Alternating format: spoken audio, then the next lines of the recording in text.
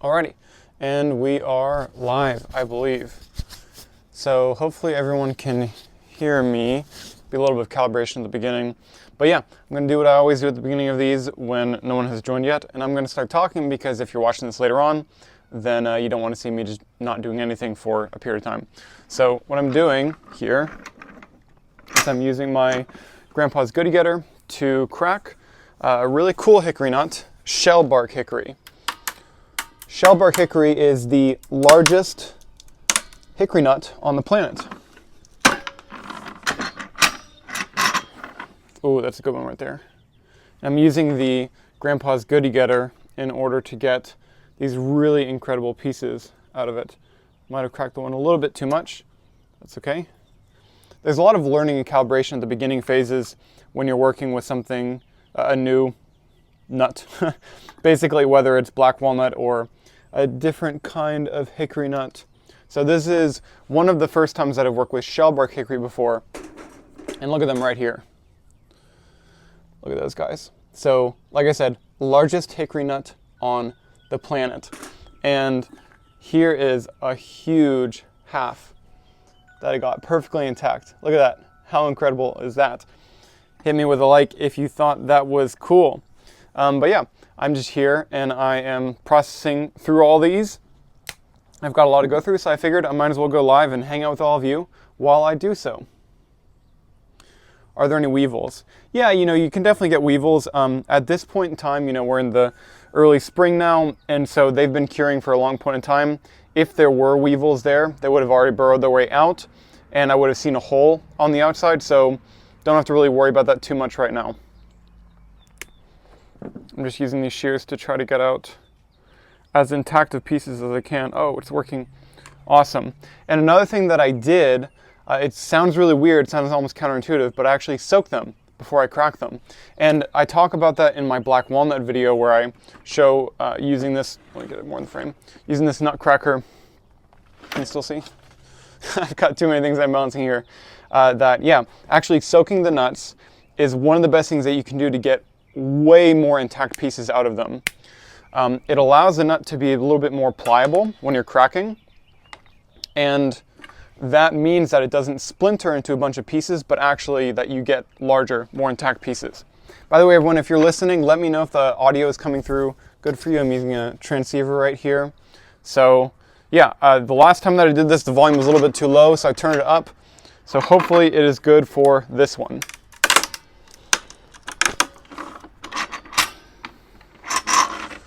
Oh, nice. Okay, see what we got here. Good pieces right there. Sounds good. Awesome. Yeah, you're very welcome for all the research that I do. I love doing it, and I love getting to share it with all of you, especially new stuff. That's one of my favorite things to do, is to get to share new information with everyone that a lot of people haven't seen before. And that's why I was really excited about making the black walnut video that I did. That little water swirl method that I show, I just loved it so much. It saved me so much time, and I really hadn't seen anyone talk about it before, so really pumped about that one. Have I ever done desert foraging before?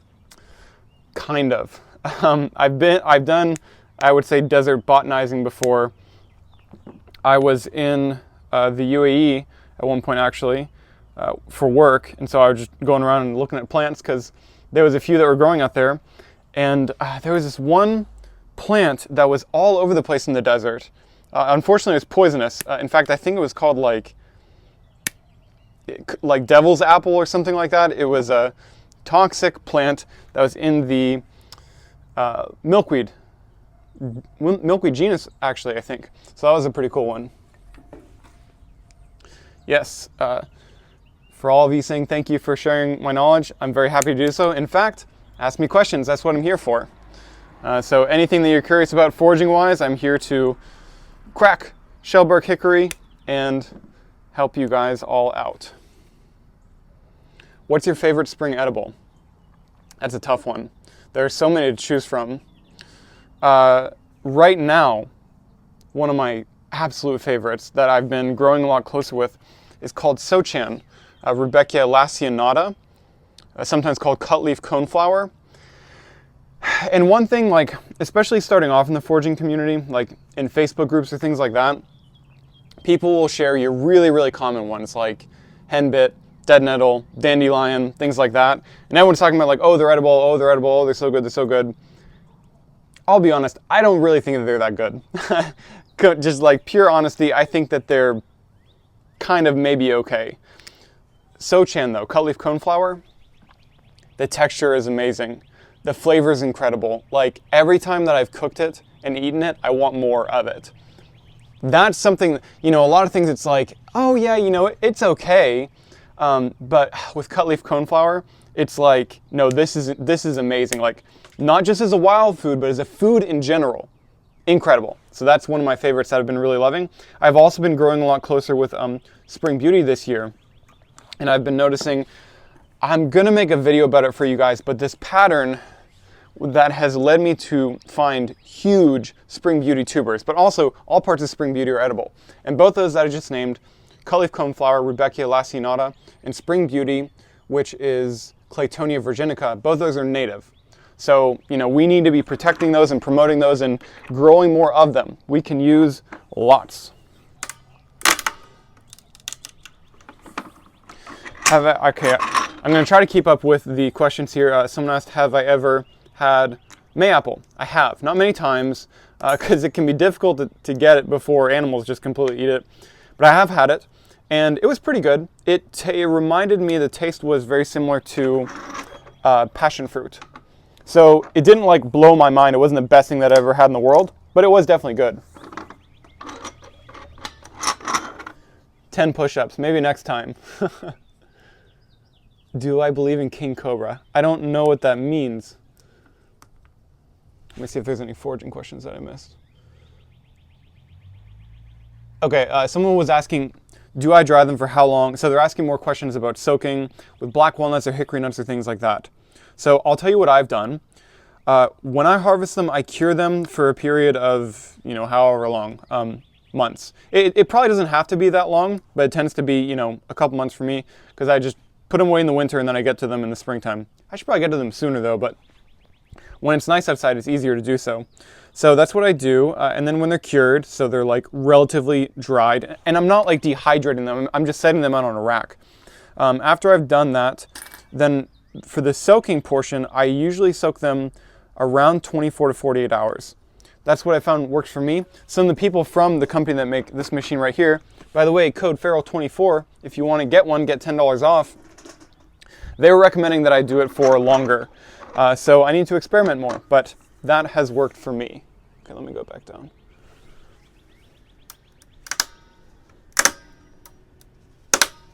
Someone's asking that I was one of the first ones that they follow for foraging, and they're loving it now. So that's fantastic. Yes.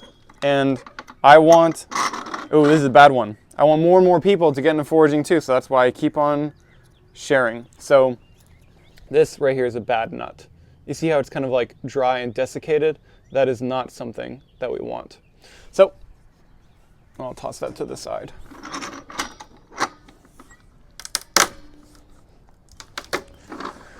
Trying to think, like right over here in my yard, there is, or in my neighborhood, there's a lot of things blooming right now. So redbud is out. That is a pretty good one. That's another one that I would say is like decent. Ooh, I'll tell you about one that I was noticing that I'm really excited about. So a good thing to find right now is slippery elm, Ulmus rubra. And the reason why it's good right now is because it's in the, or at least where I am, it's in the Samara stage. So that is kind of like the seeds of elm trees.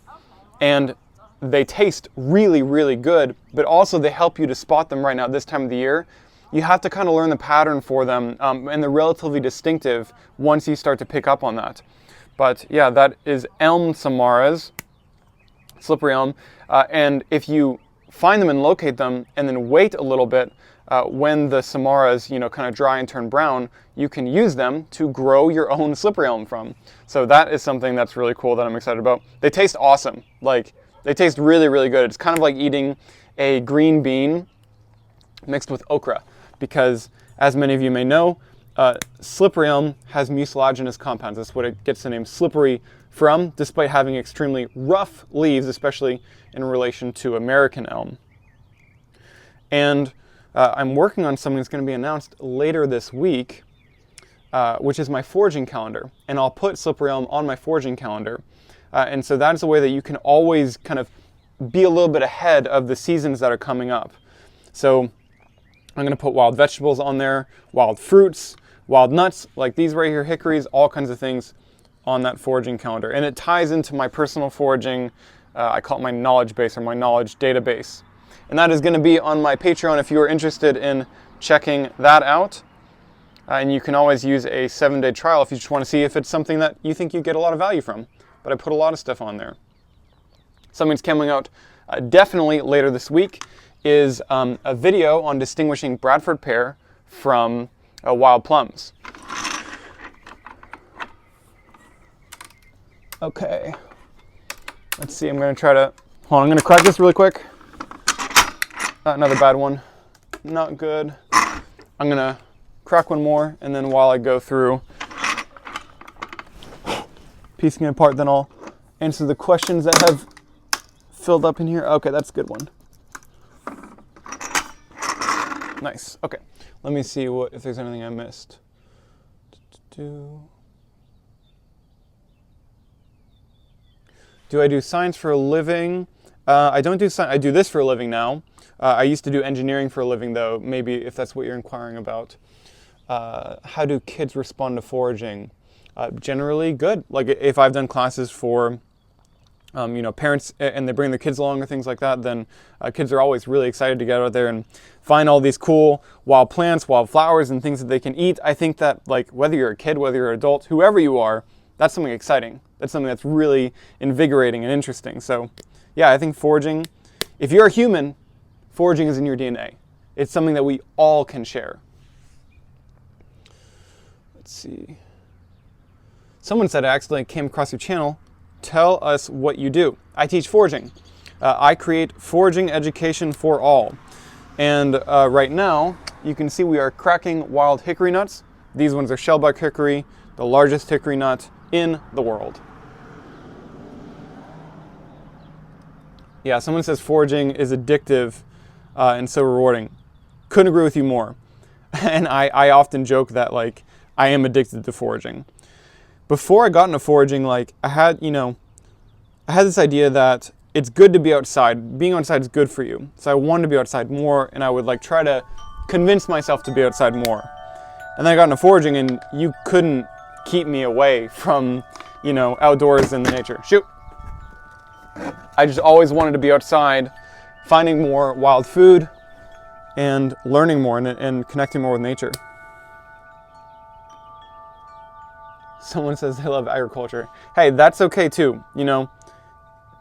I always talk about it's kind of a spectrum. If you have industrial agriculture on this end and you have foraging on this end, and there's a lot of things in the middle. There's horticulture and tending to the wild and things like that. They're in the middle there. Gardening, it's all important, all of it. I garden a lot of the things that I forage for. Oh shoot, almost lost that one. Today I was transplanting some Atlantic commis. I can't remember the scientific name of that. It's Comissia is the genus. And I was transplanting, what was the other one? Anise root and a couple other plants there. So yeah, it's all important. Hello everyone just joining us. Sorry, I'm reading the questions right now. I have harvested North American chestnut before, yes. Pound for pound, what would you say is the best wild forage to harvest? Acorns, pound for pound, no doubt. You can check out a bunch of videos on my channel if you want to learn more about that. Acorns. Yeah, someone says hickory nuts were their first and favorite thing to forage for when they were young. Awesome. Hickory nuts are incredible. Like, the flavor, it's just second to none of hickory nuts. And by the way, like, look at how big these are. You can't quite tell. I need to fill it up more. Like, these are some big hickory nuts right here that I'm getting. So I'm pumped about this. I've never thoroughly got to sit down and crack shellbark hickory before, but That is what we are doing right now with my grandpa's Goody Getter nutcracker that I highly, highly recommend.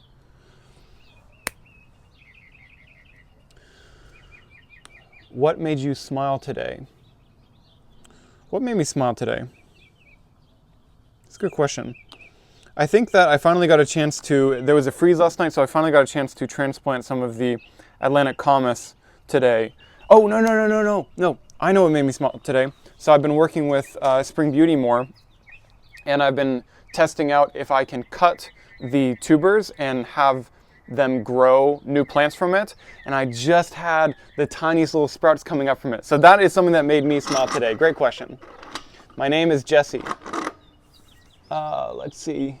You get funny comments on these live things. I need to figure out if there's a way to filter them. Someone says, do you ever make medicine from the things you forage? Yes, I do, but I don't. I'm not an herbalist, right? And so I don't often think of them as medicine, but just like something that's nourishing to me. So on a lot of my videos, it's something I've been thinking about, like people will just go straight to the question of like, what are the benefits? What are the benefits? What are the benefits? Like medicinal benefits and things like that. And sometimes to me, it's just kind of like, I don't know what the benefits are. Like, you know, you go and you buy a tea from the grocery store, and I don't know what the benefits are, but I know if I drink this tea, it makes me feel really good. It makes me feel invigorated or calm or nourished or whatever it is. And that's how I see a lot of the things that I forage for. Dang, not good. A couple of the ones, we've had some bad nuts in this batch. But that is part of foraging that happens. My whole family is coming to a foraging class with me this weekend. That's fantastic. Yeah. Foraging is something that is a family-friendly activity that, you know, everyone can have fun with. I think there are a few people in this world that don't enjoy, you know, good, delicious food, and you get to go hiking, you get to go walking, you get to spend time in nature. And at the end of it, you get to have delicious, amazing food out of it. So, I mean, there is a treasure hunting aspect to foraging that is undeniable and that is enticing and exciting. And that's one of the things that I love about it so much. Every time you go out, it's like looking for buried treasure and trying to find where it is. Some things are harder than others. And on my foraging calendar, one thing that I include is the bloom time of wild fruit trees. And the reason why I do that is because usually with a lot of wild fruits, like elderberry or wild plum or serviceberry, that have really vibrant white flowers, they're very easy to find when they're flowering. There are 3 new wild plums that I found this year that are in roots that I take all the time that I did not know about. And I knew they were there because I spotted them by their flowers. So, as I was mentioning before, my foraging calendar is coming out on my Patreon later this week. It will come out this week. I've been working on this for a long time. And you're not going to just get the fruiting time, but also the bloom time of wild fruit trees. So I can't remember what got me on that tangent. I think just like, I can't remember. Great question. So someone asked if I've milled American chestnut and made bread. I haven't. I haven't had a chance to make flour with chestnut before, either Chinese or American chestnut, but I want to try that because I'm really curious what it's like. I've done that with acorns extensively, but I have not done it with chestnut before. Top 2 or 3 things to forage early spring. Early spring, great thing to forage for is curly dock, the young leaves of curly dock.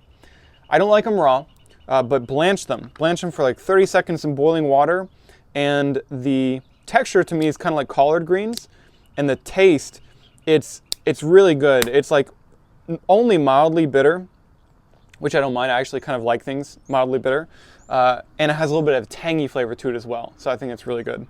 So that's one, and then So Chan that I was talking about before. But let me try to think of another one. American wild onion.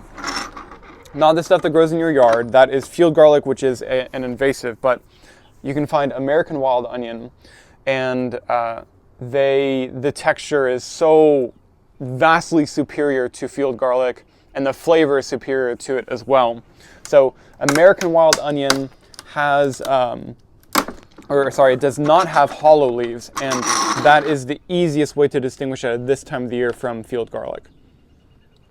And of course it will have an oniony aroma, which is something you always need to be looking for.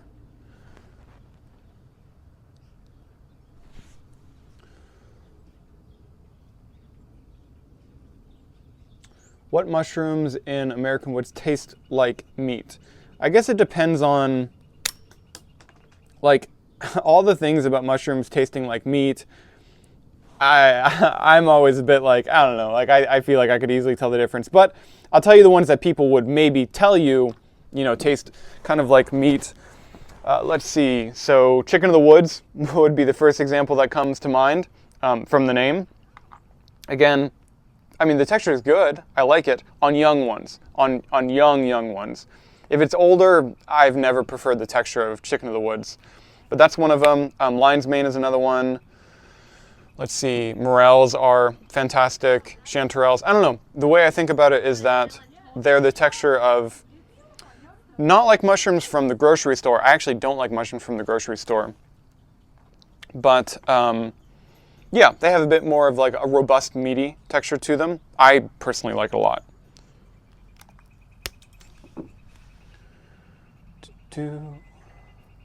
Where are you located, harvest at, and do you travel harvest? I am in the North Alabama area. That's where I forage. That's where I teach from. And yeah, I travel to harvest often. Usually it'll be kind of like, I mean, I'll travel an hour and a half or something to forage for something that I'm interested in. Or if I'm ever on a trip, I'm always looking up the native flora of that area and finding out what things that I can forage wherever that I go. So, anything hard to find that you're excited when you do? Morels. Morels, without a doubt. I love morels so much. And I'll be the first to admit, I'm not good at finding them. I'm not that good at finding them. It's true. I feel like, yeah. I'm very bummed about it myself. I would love to be better at finding them.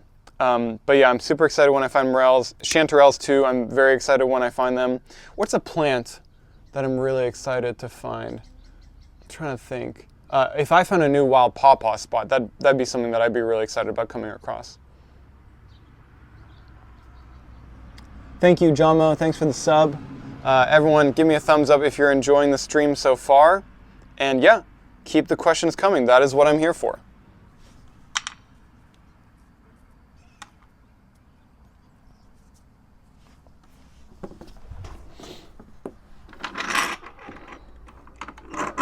Here. So one interesting thing that I do when I'm cracking these, you see how it's narrow that way and it's longer that way. So I'm putting my fingers right here on the long end, and I'm pressing into the nut as I'm cranking down. And even that little amount of pressure helps to distribute the force pushing down on it more evenly. And I find that my cracks are much better. This one wasn't good anyway. But I have found that it cracks much better when I do that.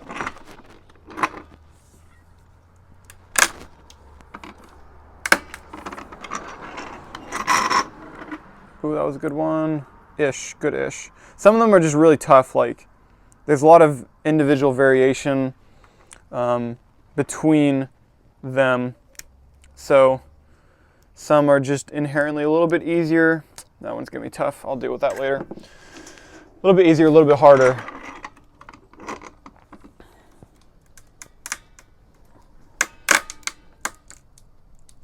Oh, okay, a very good question just came in. Where should I look for hickory nuts in the wild? That's a fantastic question. And it's different from what you might think, and this is something that I've talked a lot about. Ooh, this was a good one. Look at that. Look at that right there. Beautiful. So, I think a lot of people have a different idea of the best place to forage for. Let's see. All of you tell me, like, if you imagine a great place for foraging, what does that place look like to you? I want to see. I think we can do polls or something, but it's kind of far away. So I'll just let the comments roll in, and then we will move on with my answer to this question, and we'll talk about it a little bit more.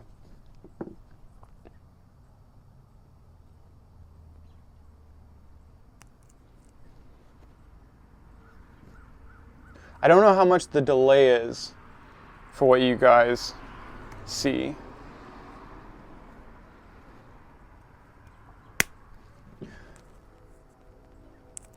Okay, here we go. Transition zones, looked on the hilltops in the woods.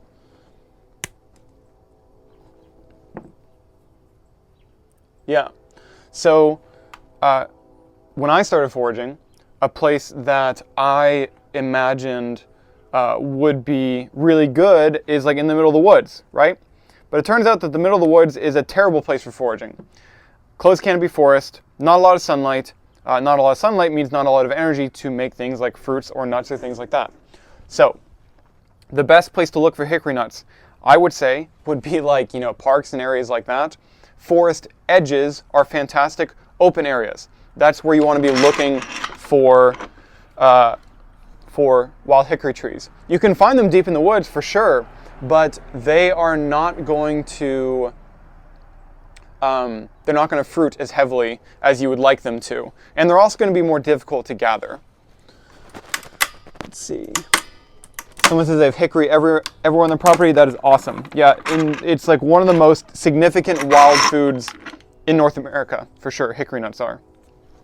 And these ones are large enough that you can actually crack and get the nut meat pieces out like this. Other ones are not that way, and you have to make things like hickory nut milk with them. Hello everyone who is joining. Have you used American elm? I haven't used American elm for anything. I haven't tried, and so maybe it could be used for some stuff, but no, I haven't done a lot with American elm before. I've done a lot with slippery elm and Siberian elm. I love them. They're incredible. One of my favorite wild trees, without a doubt. I'm going to try growing some this year, but I haven't done a lot with American elm.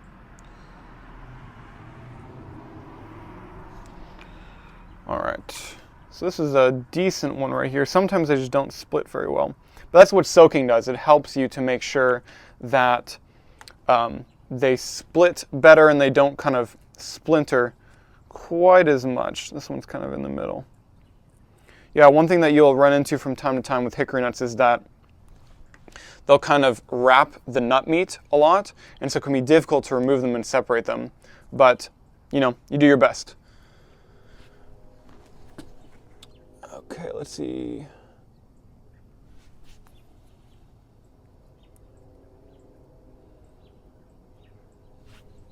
Someone's asking about beech nuts. Yeah, I've tried them a little bit. I haven't ever processed them extensively, but I've tried them. If I remember correctly, they tasted a lot like almonds. They were pretty good, but I haven't worked with beech nuts extensively before. But it's a really cool tree. I like American beech. I have made shellbark hickory syrup, very good. What's my favorite way to eat them? Honestly, sometimes just straight up. I love eating them that way. With ice cream, they're amazing. That's another way that I like to have them.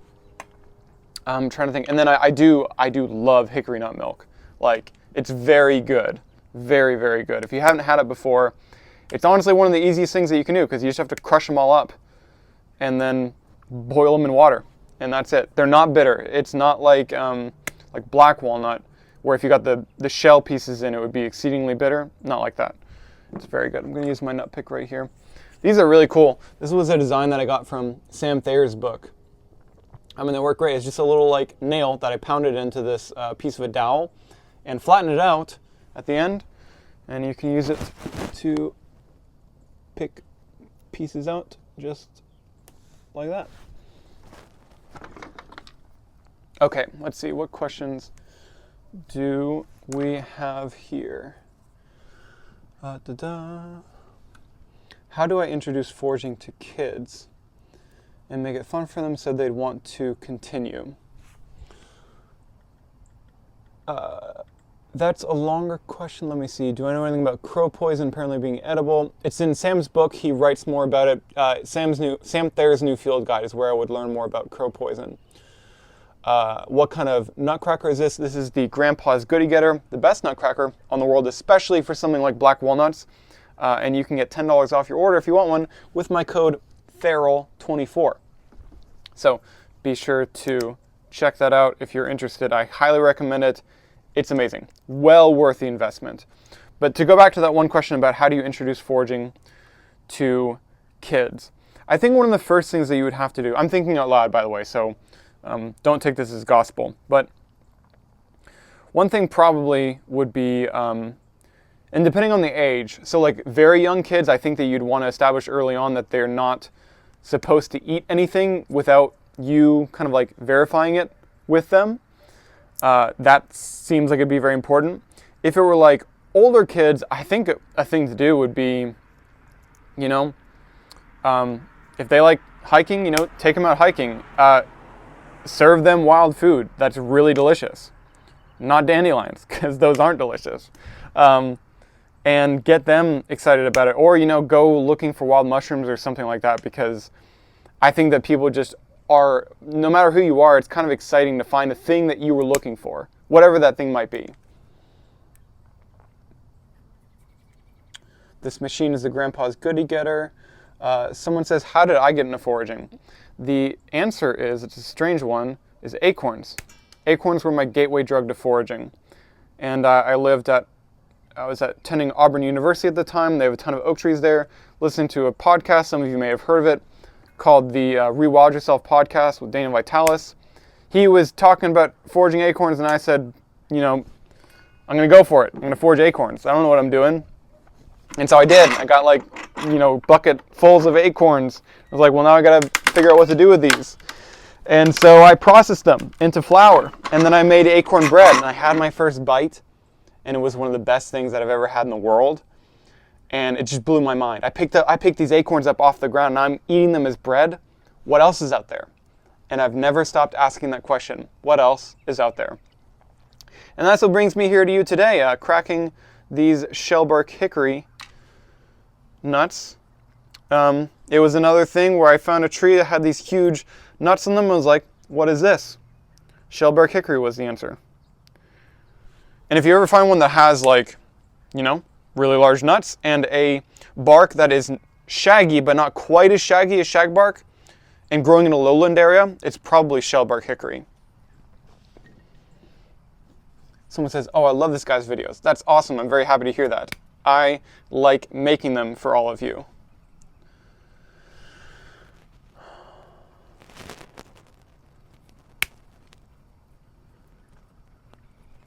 Just reading the comments as they come in. Let me scroll back, see if I missed any. Oh, great question. What is a tasty mushroom to give to mushroom haters? Let me tell you, I was a mushroom hater. Like, you know, Baby Bell from the grocery store, hate them. Ugh, I don't like them. I don't like the taste. I don't like the texture. I do not like them at all. But I'll tell you something that I love. I really like morels. I'll just be honest. Morels are very good. But if not morels, then another one that I really like is chanterelles. I think chanterelles are awesome. Like, foraging for them is a ton of fun.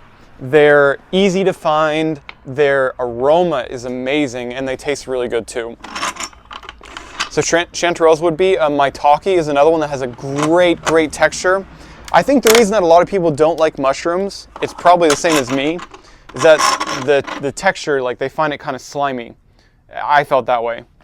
But with some of those that I mentioned, chanterelles or hen of the woods, maitake, the texture is just way more meaty is the word that comes to mind. It's very good. I love it a lot.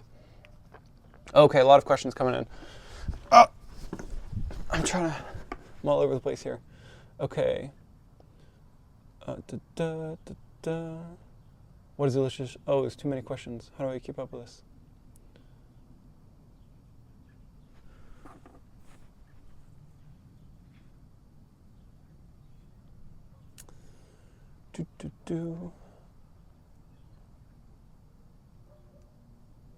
Yeah, someone's talking about acorn bread and maple syrup. Sounds awesome. It is awesome.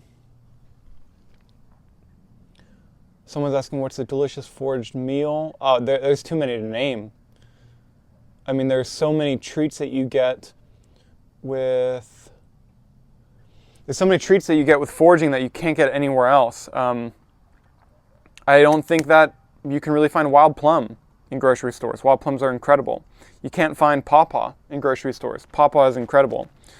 Funny enough, you can find chanterelles in grocery stores now. I've seen them at Costco.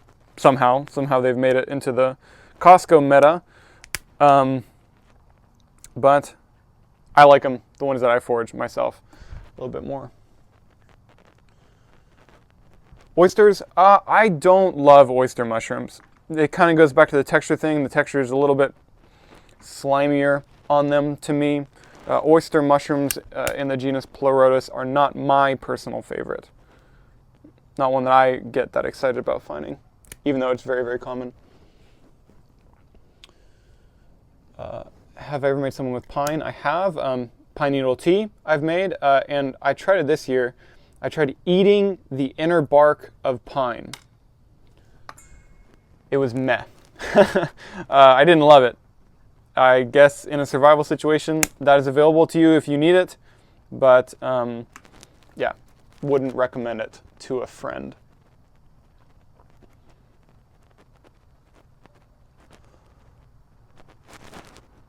Someone, I don't know if you're asking about foraging for shiitake, which do not grow wild in my area, but I like them. They're more like some of the foraged wild mushrooms that I like to gather, like chanterelles. Hey Ray, thank you for the super chat. I think that's what that's called. What's the flavor of acorn bread? That's a good question. It's and I wish I had a better answer for you. It's not what you might imagine. Like hickory nuts are full of flavor. I mean, cracking them open right now is just like, they're very, very fragrant. Acorns do have a fragrance to them. When you process them down in a flour and leach them, it's kind of like, what am I trying to describe? So like, it's similar to acorn flour, but it's less nutty, and there is also a very slight acidic flavor that comes along with it. That's how I would describe it. One of my favorite things to make with them is acorn pancakes, and I think that like kind of like slightly acidic flavor works really well with them, especially if you're putting on, you know, a sauce. No, not a sauce, like a syrup of some kind, especially like a fruit syrup. Someone's going morel hunting in the morning. Heck yeah, good luck.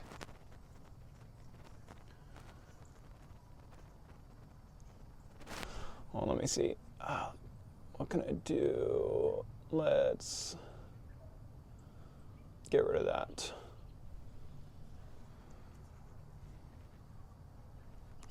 Someone said, what's my code again? For the Grandpa's Goodie Getter, my code is feral, like feral cat 24.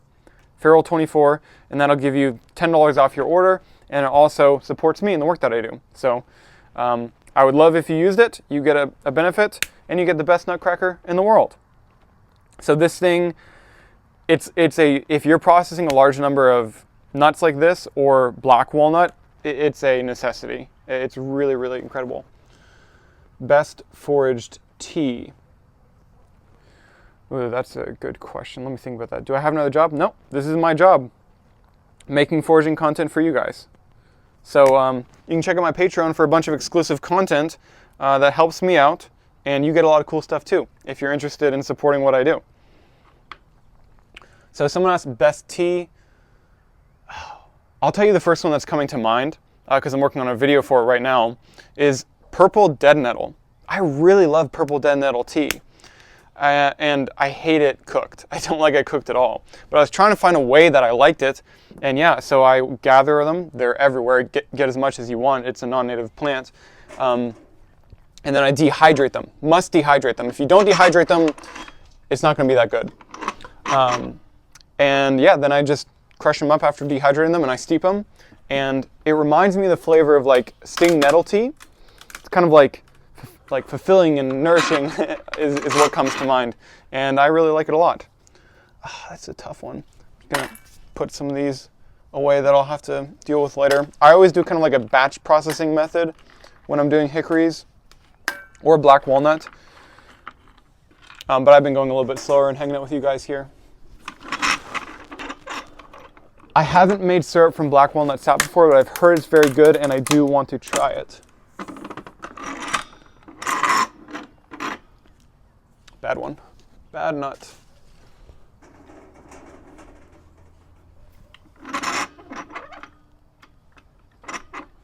Yeah, someone says that the leaves of sassafras smell like fruity pebbles. That is spot on. I love those little comparisons. Another one that I'll tell you guys about The next time that you come across a pawpaw tree, smell the leaves. Crush the leaves and smell them, and tell me that it doesn't smell just like green bell peppers. Crazy. Crazy stuff. What's another one? I made tea with Siberian elm buds. And is that one bad? That one's bad. Ugh. Man, the smell of a spoiled hickory nut is very, very strong. This one looks like it's going to be bad too. Oh, great question. How can I tell if a nut is bad or not? So one of the easy ways is if they're like really shriveled up. So here you go. See that one right there? It's like completely shriveled up. Let me get sort of focus on that. So that's the way to tell. If the smell is really off, like if it smells rancid basically, is another good way to tell. If the coloration is off. If it looks like really dark in color, that's usually a good sign that it's a bad nut that you've gotten. I wonder if I should maybe put the sign up. It'll be a little bit easier. Is that easier for people? No, it's not easier for people to read at all. Dang it, I didn't come prepared. All right, well, let's stick with that right now. But, okay, more questions. Dun, dun, dun, dun, dun. I don't know what song stuck in my head. Now that spring is here, what type of berries should I be looking for that are coming into season now? Oh, coming into season now. So one of the earliest fruiting trees, wild fruiting trees, would be mulberry. So that's what I would be on the lookout for. Mulberry and serviceberry is another relatively early one. What I would encourage you to do is to look for trees that are flowering right now, so you'll know where to look when they're fruiting. That's something I was talking about a little bit earlier on the stream, that is covered in my foraging calendar that I'm announcing on my Patreon right here. So, you know, wild plums are flowering right now, serviceberry is flowering right now, pawpaw is flowering right now, a lot of great things. I want to make a video for all of you on how to distinguish or how to identify and look for those flowers. Hopefully I get a chance to do that. Too many things to make a video about this time of the year. There's too much going on.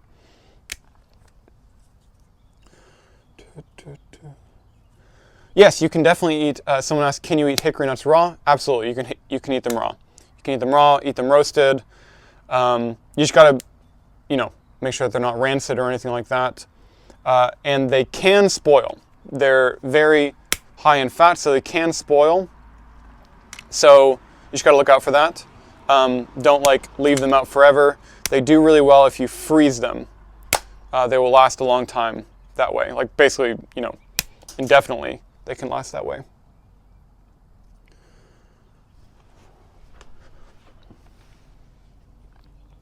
Yeah, someone says that their mulberries are already fruiting. I need to go check on my mulberries, actually, and see how they're progressing through the season. I got some photos earlier on. Mulberries are a weird one. Like, they flower and fruit super quick. Very, very fast. Most wild fruit trees don't do that. At least not in North America that I know of.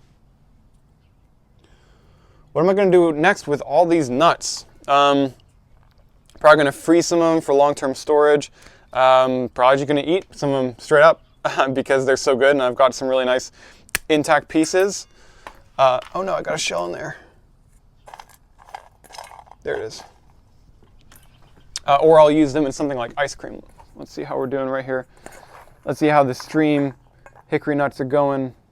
Dang, it's so hard to... Not too bad, huh?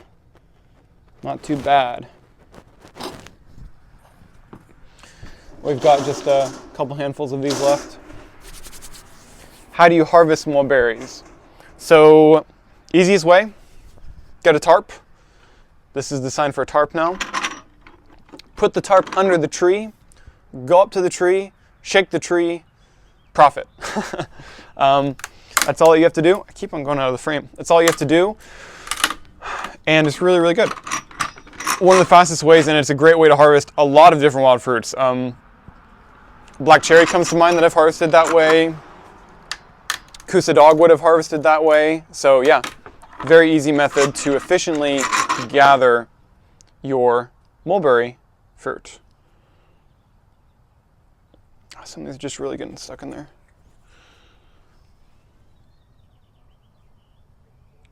I am the acorn guy. Yes. I appreciate that nickname. Is this channel about fitness too? Not right now, and probably never. But I guess in some ways, you know, getting outside and foraging, it's about health. To some degree, in some form or fashion. So someone asked, does hickory have a bitter taste because of tannic acid? No. Well, mostly no. There is one or maybe two hickory nuts. You'll know it. It's called bitter nut hickory. Go figure. That does have a bitter taste, but most of them, especially the ones that people typically forage for, pig nut hickory, shagbark hickory, shellbark hickory, right here, they do not have a bitter taste at all. There's no bitter component to them. If they are really bitter, then maybe you got a bitter nut hickory or something else weird is going on, and I wouldn't want to have those. They don't need to be processed the way that acorns do. Just like black walnut. Tell me in the comments if you like the taste of black walnut or not. Because it's a funny thing. I never did, but now I do. Now I do. I don't know why.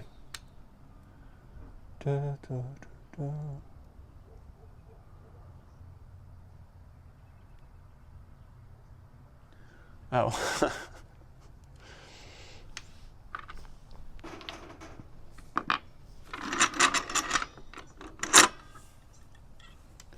Thousands of pounds on the ground on my property every year. Thousands of pounds of hickory nuts? What do you have thousands of pounds of?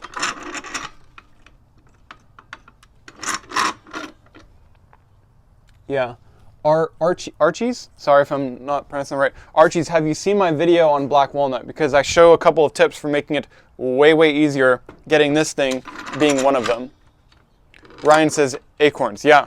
Yeah, if you process them, you know, that's wild food there. That's for the taking.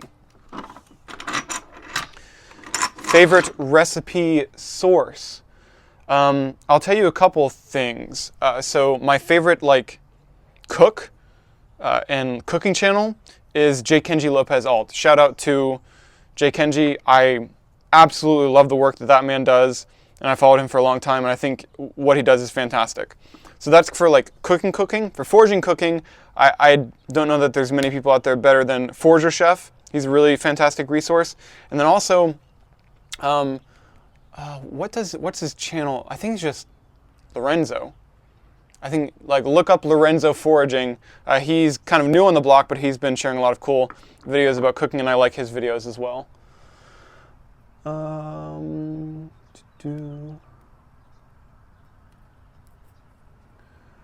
Okay, so someone asked, will I ever get more into foraging for medicinal purposes? Yes and no. So on feral foraging on this channel, I really focus heavily, basically solely, at least at this point in time. I used to do more, but at this point in time, I do more. I've got a time crunch now, but wild food related, wild food focused. I used to do more herbal stuff when I was more into that. My interest in herbalism has kind of changed over the years, and I really just kind of enjoy doing these deep dives now. But that's going to go on a different channel, and I'm working hard on getting that together. It's going kind of slower than I want it to right now. But just look out for posts from me here on YouTube, and I'll let you all know when that channel is launched. Or yeah, so that is where I'll share more of the herbalism related stuff. But here, you know, going forward, it's all going to be wild food focused on feral foraging. And I would say that's what I'm really passionate about myself. Not to say that we won't talk about things like having teas and whatnot, but the focus will be that, hey, this is a really good tea, and not you know, what does some article say that the benefits are. Okay, everyone, let's see. I'm going to maybe do 2 more questions. Yeah, someone talked about Kenji. Giant cookbook. I've got his cookbook too. He's the best. Explains why. Yes, and I'm all about that. I have a hole in my jeans. Thank you. Thank you for letting me know. I think that I realized that partway through the stream, but you know, whatever, here we are.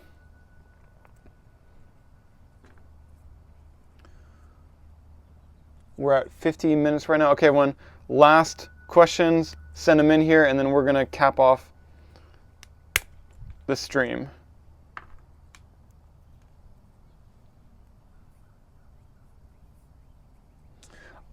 So someone's asking about hunting. I personally, I am not a hunting educator, but I do hunt. Turkey season's coming up, so I'll be out there doing that. Yeah, I think it's all important. I think it's all part of, you know, getting food and connecting with the wild. I think it's all important. All right, I want one more question. Bad nut.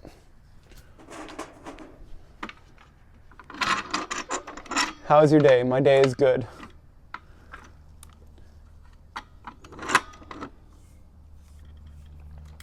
Will I show how to make dishes with the things that I forage? Yes, absolutely. On most of my videos going forward, I will incorporate something like that into them.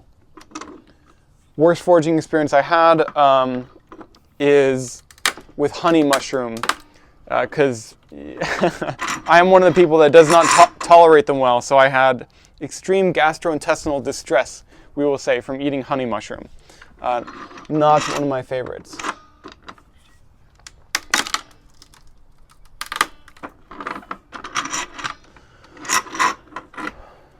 Ooh, that's one that I'm going to have to process later. Okay. All right, everyone. That is going to be it for the stream today. Thank you all so much for joining. So be sure to, you know, follow along on my channel. I'll be sharing a lot of cool things coming up. I've got a video coming out Thursday on how to distinguish Bradford pear from wild plums. I'm very excited about that one, so look out for that. And I will see you all there, and I'll see you in the next live that we do. Thank you all so much for joining. I really appreciate it. It makes hanging out and doing these little wild food processing things that I have to do a lot more fun. So I'll see you all next time. Thank you.